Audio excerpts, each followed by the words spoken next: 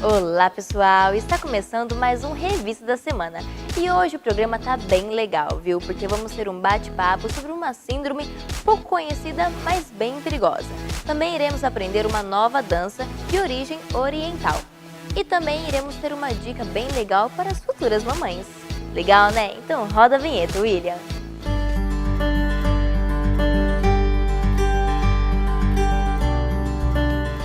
E quem eu convidei para o nosso bate-papo hoje é a Adriana Botelho, que é professora do curso de Psicologia da Unifev e também coordenadora da pós-graduação em Psicologia do Trabalho. Tudo bem, Adriana? Tudo bem, boa tarde. Boa tarde. Adriana, explica um pouquinho pra gente, o que é de fato a síndrome de burnout? Então, a gente vive hoje, é uma espécie de estresse, né? Então, é um esgotamento emocional. A gente vive hoje num mundo altamente exigente do ponto de vista da produtividade. Então, as pessoas são cada vez mais exigidas da qualidade do trabalho, da quantidade de horas. É um mundo muito consumista. As pessoas elas sofrem pressão por desempenho, por carga de trabalho. Então, a síndrome seria um conjunto de sintomas que a pessoa passa a ter, a apresentar, na verdade, né, em função desse excesso de investimento em relação a essas demandas que ela tem do ambiente. Então, é um tipo de estresse, mas é um estresse que atinge mais aspectos psicológicos, emocionais. E, por exemplo, no caso daquela jornalista, Isabela Machado, que teve, né, apresentou essa síndrome em 2018, no ano passado. Ela falou que os primeiros fatores que foi aparecendo foi a privação de sono, a depressão e outros fatores que foi acarretando devido a isso. E aí gerou a síndrome de burnout. Quais são esses outros fatores que levam a acontecer essa síndrome? Na verdade, assim, você tem hoje, você tem excesso de trabalho, excesso de demanda, você tem alto nível de exigência, você tem uma carga de trabalho muito grande, você tem pouca autonomia, conflitos no trabalho, pouca participação no processo decisório. Então, o ambiente de trabalho, a relação com colegas é desgastante, a relação com as pessoas é desgastante, o nível de competência exigido é muito alto, né? A estrutura organizacional ela é muito baixa, muito deficitária, né? E aí as pessoas que têm um grau de exigência maior, e é uma característica da personalidade que desenvolve burnout, acaba querendo atender a todas essas expectativas. E aí ela entra nesse processo de desgaste, a gente chama a sensação é de queimar-se por dentro, de estar queimado, de estar esvaziado, de não ter condição de enfrentamento. Burnout, queimado por dentro. Então é como se ele queimou todas as possibilidades de enfrentamento de energia que ele tinha. E aí começa a aparecer esses sintomas.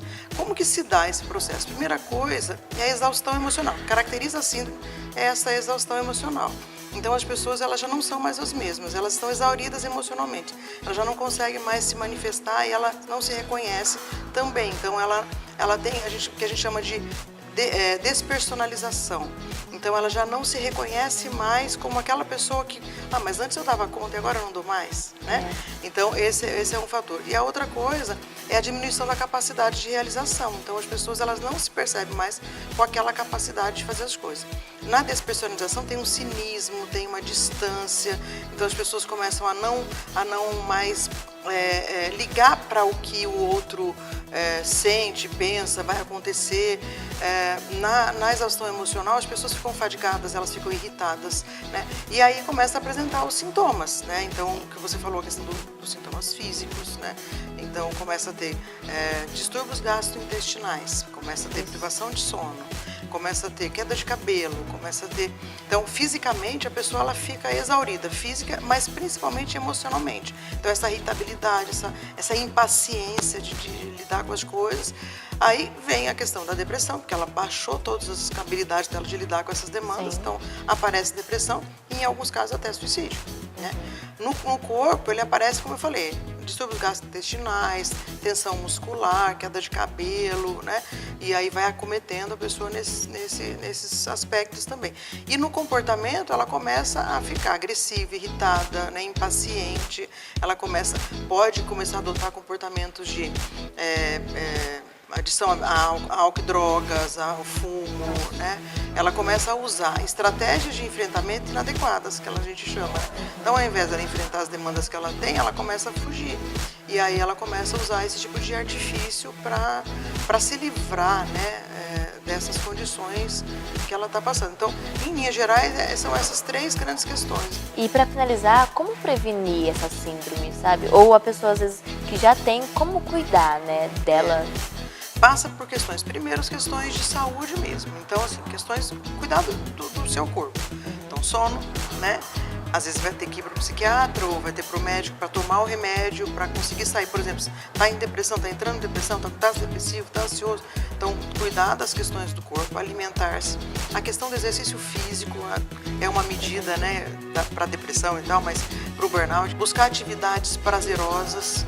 O fato de você ter uma rede de apoio, ter amigos com quem você compartilha, com quem você socializa, faz coisas que você gosta junto, né?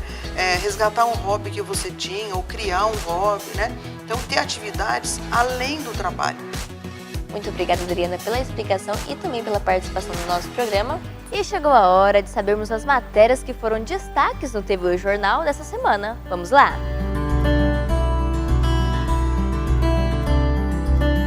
O jornal falou nessa semana sobre um projeto a favor do meio ambiente, que tramita na Câmara Municipal daqui de Votuporanga. De autoria do vereador Emerson Pereira, a proposta proíbe o uso de canudinhos plásticos que não sejam biodegradáveis nos estabelecimentos comerciais da cidade. O jornal também falou sobre o vestibular de medicina da Unifev, para a formação da 8ª turma de medicina da instituição.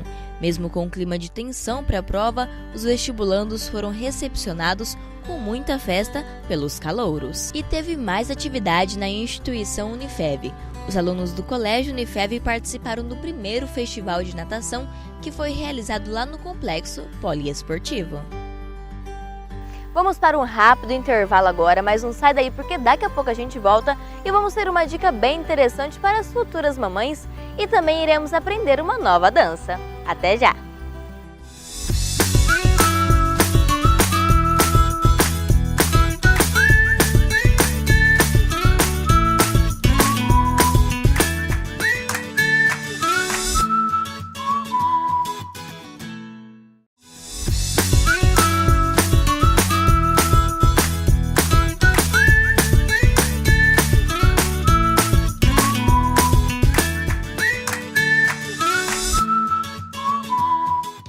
Estamos de volta e hoje a Andressa tem uma dica bem legal, principalmente para gestantes.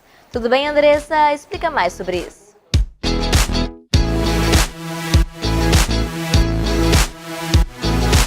Estamos aqui com o enfermeiro obstetra Rodrigo, da Santa Casa de Votuporanga, para dar dica para as mamães. Rodrigo, hoje nós separamos algumas situações muito comuns no dia a dia da mamãe que está esperando o bebê. Queria algumas dicas de você. Com relação a náuseas e vômitos, é muito comum durante toda a gestação ou é só um período? E como a gente consegue amenizar? Sim. A questão das náuseas e vômitos durante a gestação, ela é mais comum nas fases iniciais, no primeiro trimestre. Então, nos primeiros 3 meses de gestação, é esperado que essa mulher ela tenha um pouco mais de náusea e pode ser que ocorram os vômitos também. Isso se dá através de um desarranjo hormonal. Então, com a gestação vai evoluindo, vai aumentando o hormônio e principalmente a progesterona que causa essa sensação de náuseas e vômitos. E com relação à fome, muitas falam que comem por 2, isso é possível, isso é certo hoje em dia, os desejos mesmo são reais ou a gente aproveita essa situação? É uma questão mais emocional, porque a gestação em si, ela traz um período de ansiedade para a mulher, né?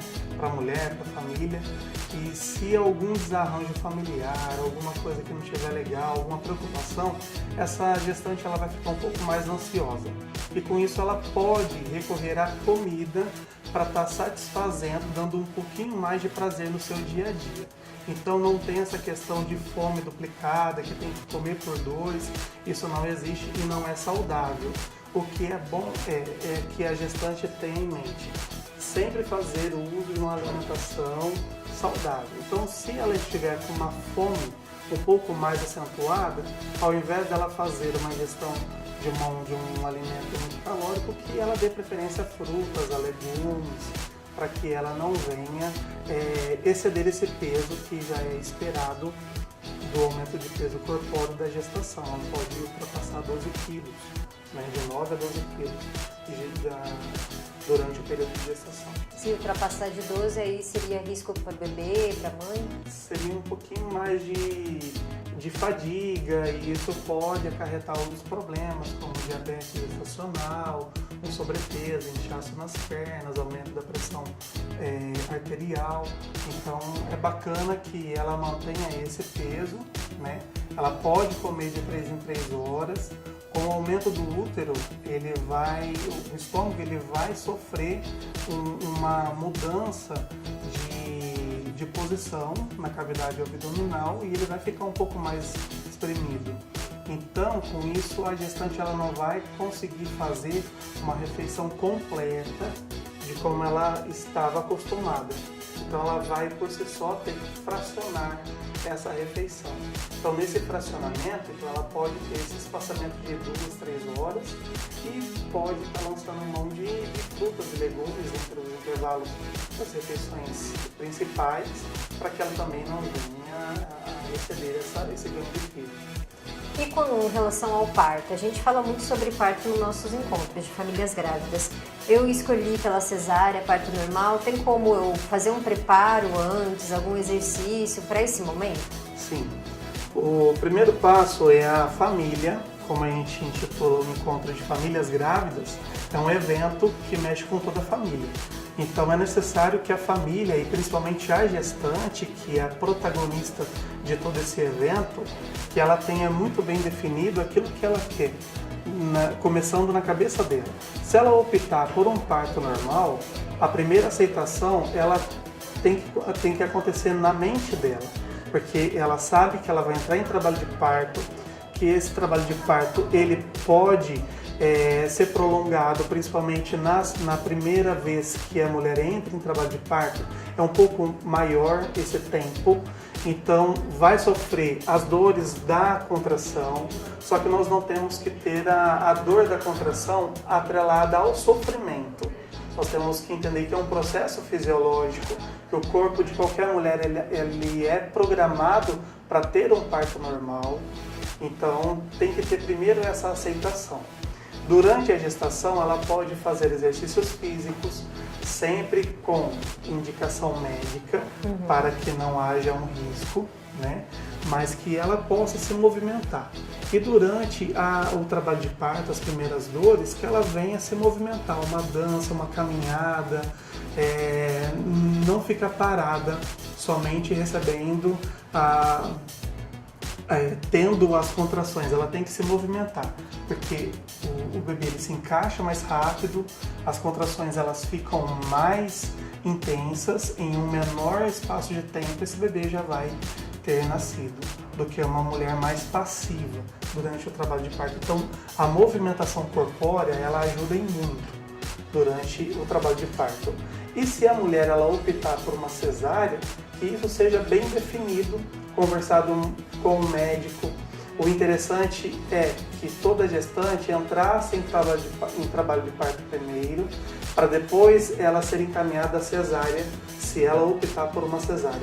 Porque nesse momento que ela entrar em trabalho de parto, é a resposta fisiológica de que tudo está na hora certa de acontecer. E não é uma coisa simplesmente agendada por comodidade dela, da família e do médico. Então a cesárea, ela pode ser muito bem empregada, ela é humanizada também. Então quando a gente fala de parto humanizado, a gente não está falando somente de parto normal humanizado, é o nascimento humanizado.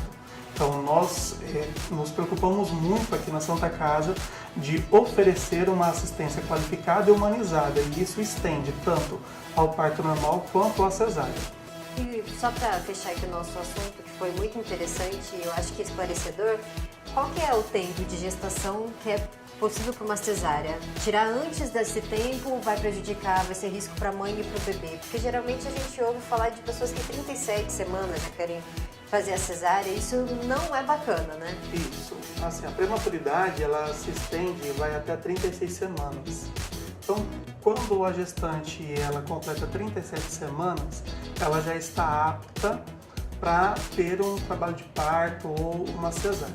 Só que, como existe alguns erros de cálculo de idade gestacional, seja por um pré-natal tardio ou um erro de mensuração. Às vezes a gestante ela não se lembra qual foi a data da última menstruação dela. Às vezes o primeiro ultrassom que ela realizou da gestação foi além das 14 semanas, então fica difícil você ter uma exatidão. Por conta dessa faixa de percentual de mais para menos de 2 semanas, então fica muito precoce resolver tirar um bebê com 37 semanas. Porque se houver um erro de cálculo, 37 menos 2 vai dar 35. Então cai na prematuridade. Então hoje tem uma lei no CRM de que se não houver um risco de morte de segurança para mãe e bebê, com até 39 semanas não se pode optar por interrupção de gestação. Muito obrigada, Rodrigo. Foi ótimo o nosso assunto e tenho certeza que as mães vão acompanhar e aproveitar todas essas dicas. Obrigado, fico feliz e agradeço a oportunidade. É isso aí, gente. Anotaram todas as dicas? Olha, até para quem vai ser mamãe, a gente já tá aqui de olho. Até a próxima. Obrigada, Andressa, por mais uma dica e chegou o momento de aprendermos uma dança nova. Eu vou dar algumas dicas para você. A dança ela é bem conhecida por nós e tem origem oriental. Ainda não sabe que dança estamos falando? Hoje vamos aprender a dança do ventre.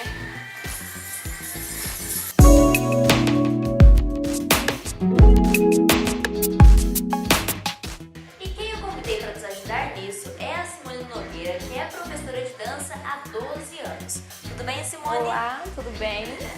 Simone, eu tenho experiência zero nessa dança. Sim.